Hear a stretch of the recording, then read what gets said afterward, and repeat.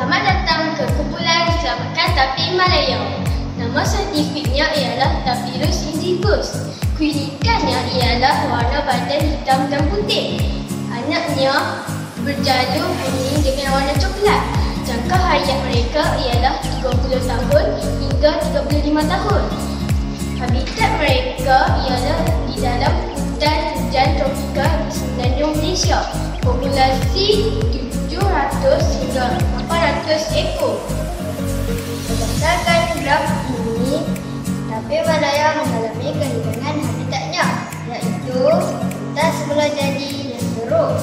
Ini adalah ancaman utama bagi tapir Malaya. Tapir Malaya juga mengalami ancaman mengalami jangkauan dan konflik predator manusia. Mengikut graf ini, terdapat penambahan kes kematian jalan raya dan kes konflik predator manusia.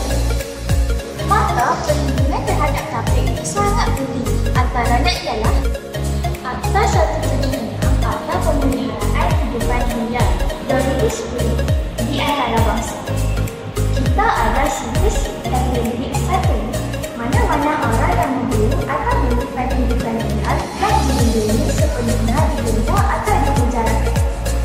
Selain itu, antara usaha pemeliharaan dan pemeliharaan tapir ialah penanaman sebulan pokok di habitat semula jadi, laluan hidupan liar dan hutan sifat. 27 April setiap tahun adalah Hari Tapir Sedunia. Marilah kita melindungi khazanah negara. Tapir Malaya yang tidak ternilai untuk diwariskan kepada generasi masa depan.